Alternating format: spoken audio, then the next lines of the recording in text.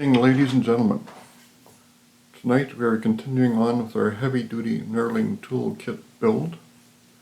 Tonight we are going to be assembling all the bits and pieces that we've created over the past few evenings. We're done everything with the exception of the tensioning knob. We will assemble the rest of our kit and use the kit to put the knurling on the tensioning knob. Let's have a look at the parts identification page. Here we see our knurler. As I say, we haven't completed the tensioning knob just yet, but we have all these other bits and pieces ready to go. Here's our upper and lower arm assemblies. Each arm assembly has the two side plates, the hinge pin, the swivel pin, the spacer pin, the wheel pin, and the knurling wheel itself. Let's go down to the shop and start our assembly. Okay, ladies and gentlemen, we're at the point in our build now where we are ready to assemble all of our pieces. We have everything complete with the exception of the tensioning knob. The tensioning knob needs a knurl on it. We will temporarily replace our tensioning knob with a hex nut so that we can use our knurler to put a knurl on our tensioning knob. Upper and lower arms, wheel pin, wheel, spacer pin, swivel pin, hinge pin, tensioning rod, spring collars, all good fun. We want to get to this point here. As you can see, these top lobes come off the upper and lower arms. So that's our first business, is to cut these lobes off. I'm blessed with a lovely portable bandsaw unit in a nice swag table. I'll show you that and we'll take care of these lobes. There's my Milwaukee porta bandsaw on the swag stand. It's a very nice setup, works really well. Doing small work like this on the table, it's awesome. Very nice setup, but it is crazy loud.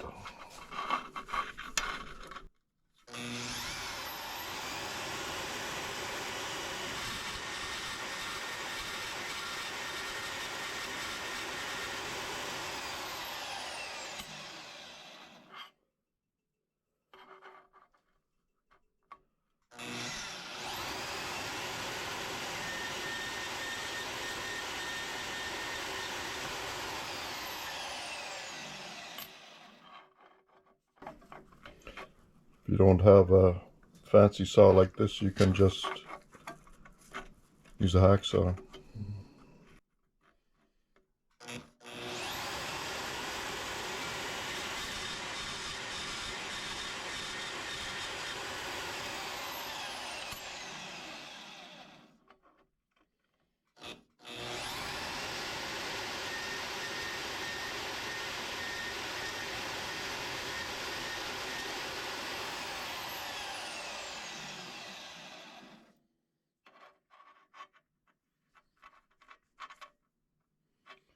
Quick file, we'll clean that up.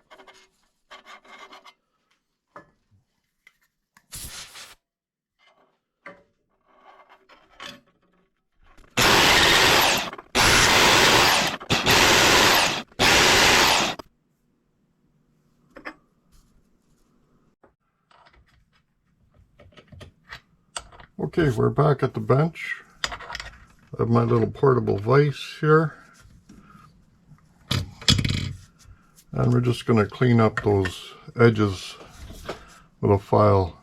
You'll recall that we marked our arms in pairs. We did a punch mark on the top here, upper arms and lower arms. Just watch you don't lose your mark.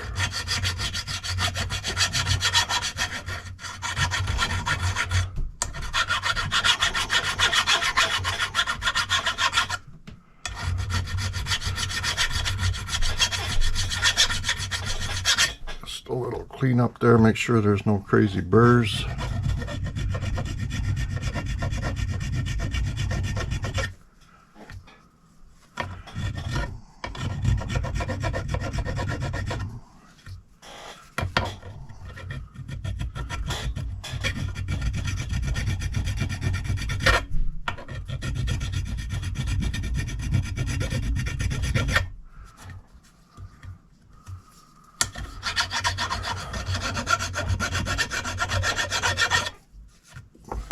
Okay, you get the idea.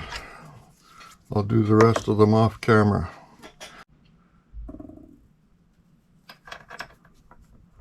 Okay, you get the benefit of my experience. I wish now that before I cut those lobes off, I had a better chamfer in that hole. My swivel pin is not sitting down in there 1000%. It's not a showstopper by any means, or it's not even serious, but if I were to do it again, I'd ensure that that pin sits down in there nice before cutting off those chamfers. Of course, before cutting off the lobes, it's much easier to chamfer it with the lobes on than to come back now, and I'll use a deburring tool and see if I can take that edge off a bit, or a file. Just a note. Okay, we marked our arms, double dimple and a single dimple for upper arms and lower arms. We also marked a dimple on the outside side of the arms. We'll start with a spacer pin.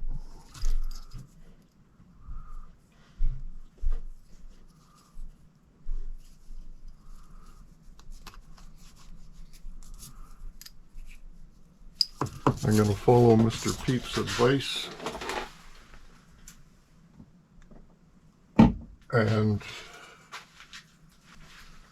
always use a little oil when assembling pretty much anything except a sandwich.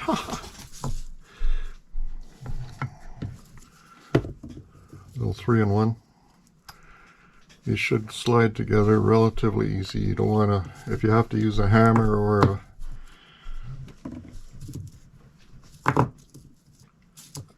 a hammer or squeeze it in a vise or something, you should revisit. It helps if everything is clean, of course, too.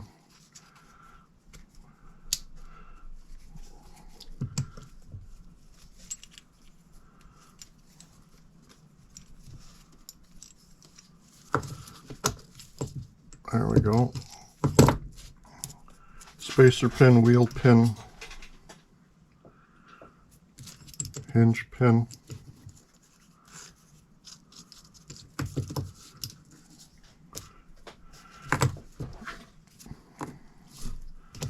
Top arm assembly gets the unthreaded swivel pin, and the lower arm gets the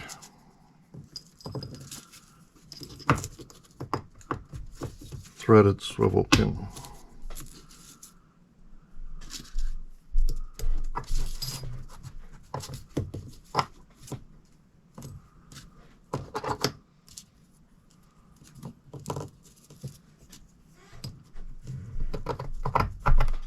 There, that's a good fit. No hammering, no pressing, no vices involved.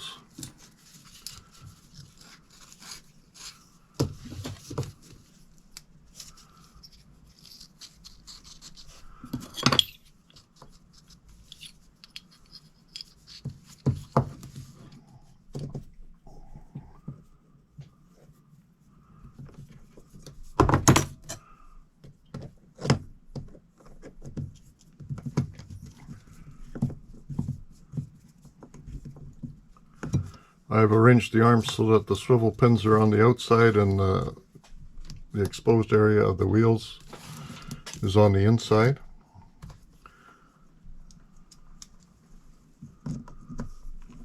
Just a note.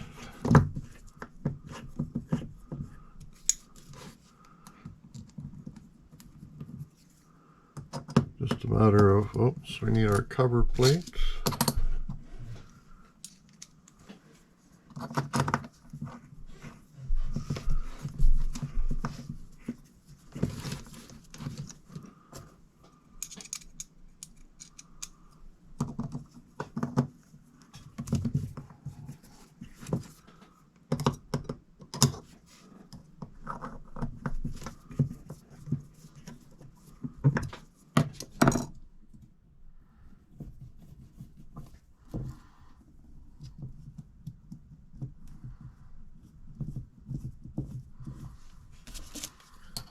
Cover plate.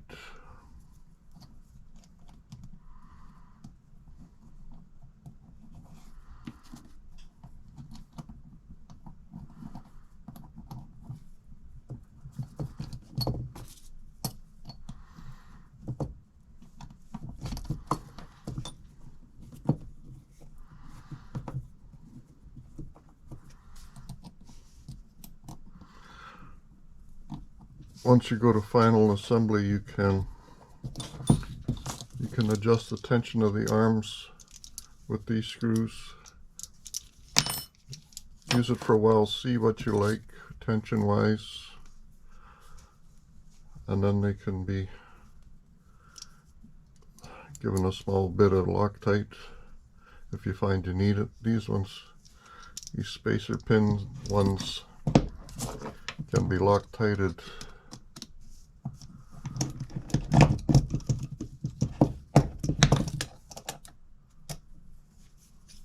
completely once you're happy with everything. 2 Allen keys works best. There we go, so that's that.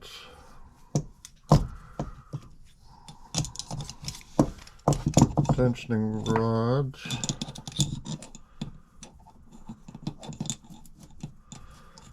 Lower spring collar. Threaded swivel pin.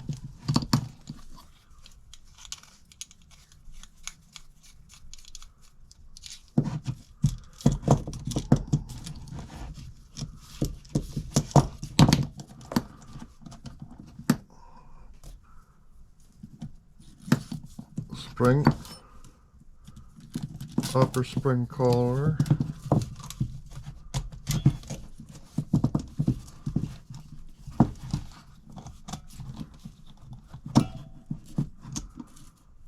Upper swivel pin, and temporarily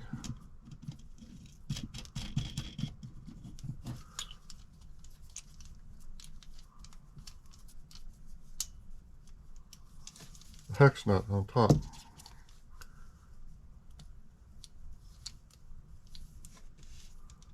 I'll center the pins up carefully here, or it doesn't really matter.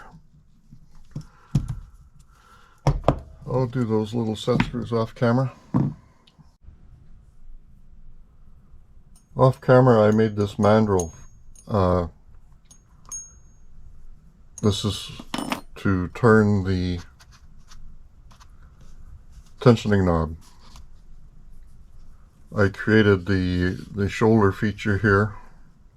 First thing I did was drill and tap 5/16 24 in the case of the Imperial version.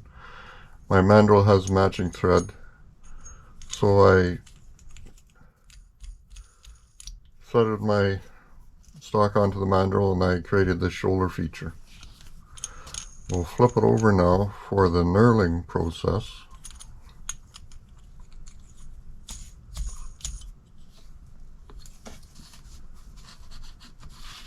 And we will make our way over to the lathe. In my lathe I'm able to accept 5/8 shank tooling. If your lathe is smaller, you can mill the shank here smaller as needed to suit your tool holders.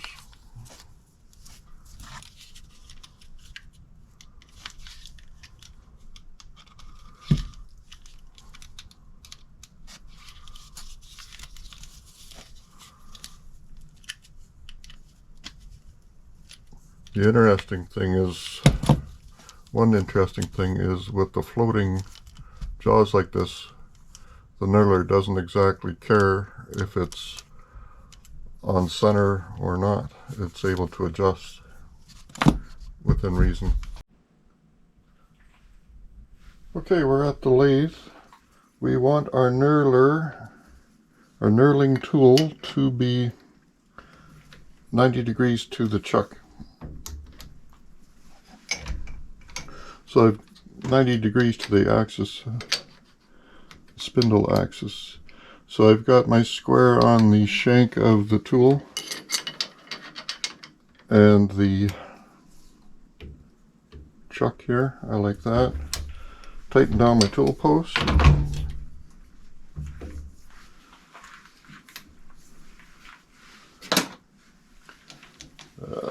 We'll move the knurler over. So I've removed the handles off my tool posts just so you guys can get a better view. I'm adjusting the tension on the knurler. It's still loose. I need to back out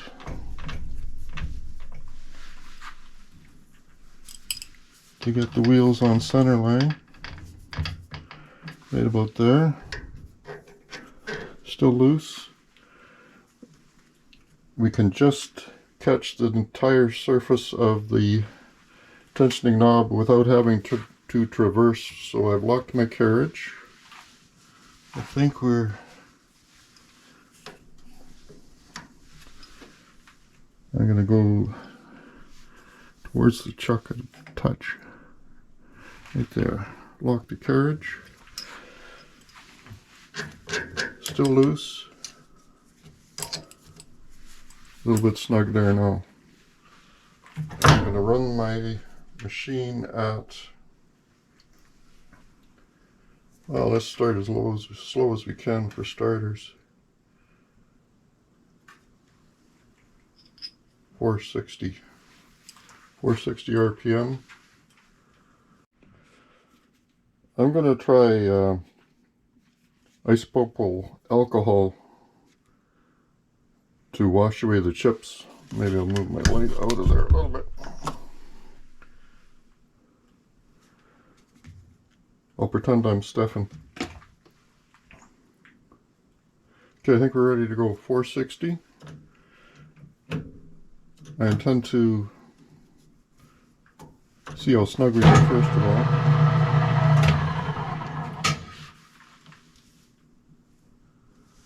That has started to make a small knurl. I'm going to tighten up, going from just snug to quarter turn tighter. I think should be plenty.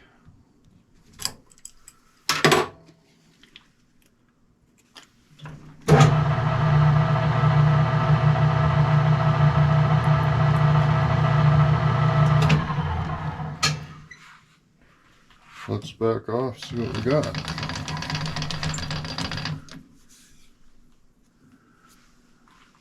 Not deep enough. And I'm going to go to the chuck just a titch.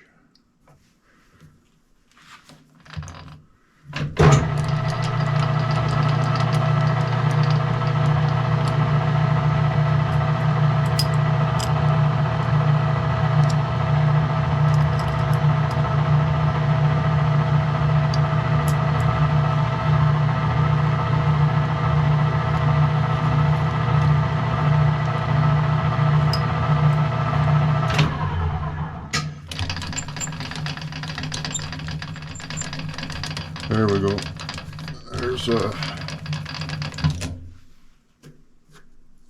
of course, if it's too coarse, you can always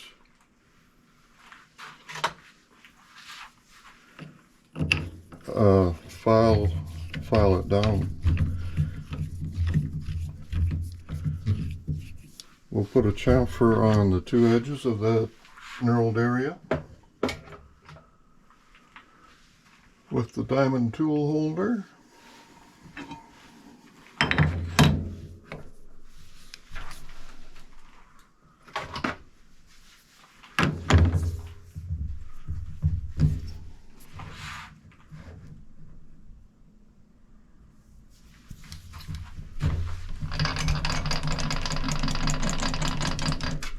You can speed up again now.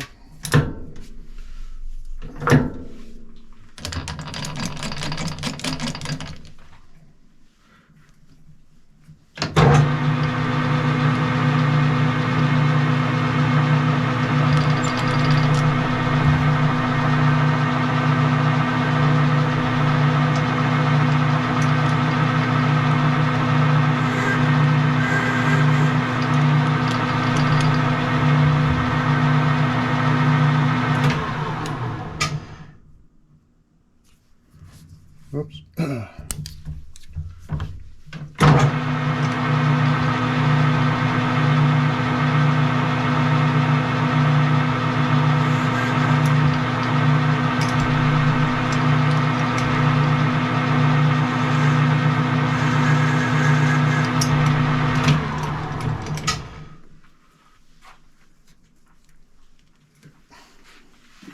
She is tight on there now. Okay, we remove the sharp things.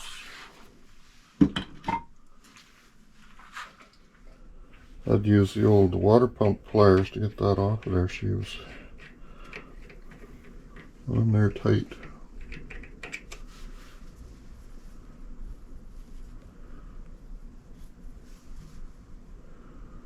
I got a bigger chamfer on one side than the other. I gotta fix it. Okay, just as easy as that, we have a nice knurl on our tensioning knob. We can now remove our temporary hex nut here.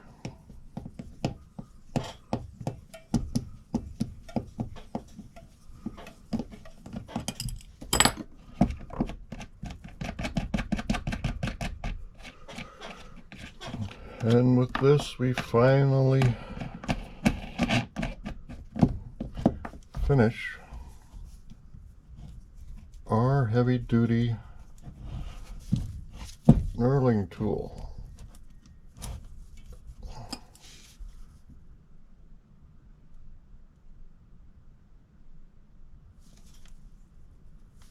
She's ready to go to work.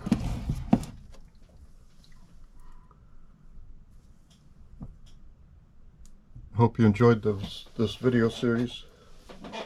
Please stop by my store, check out this and other kits for the home shop machinist. The knurler is available in metric or imperial.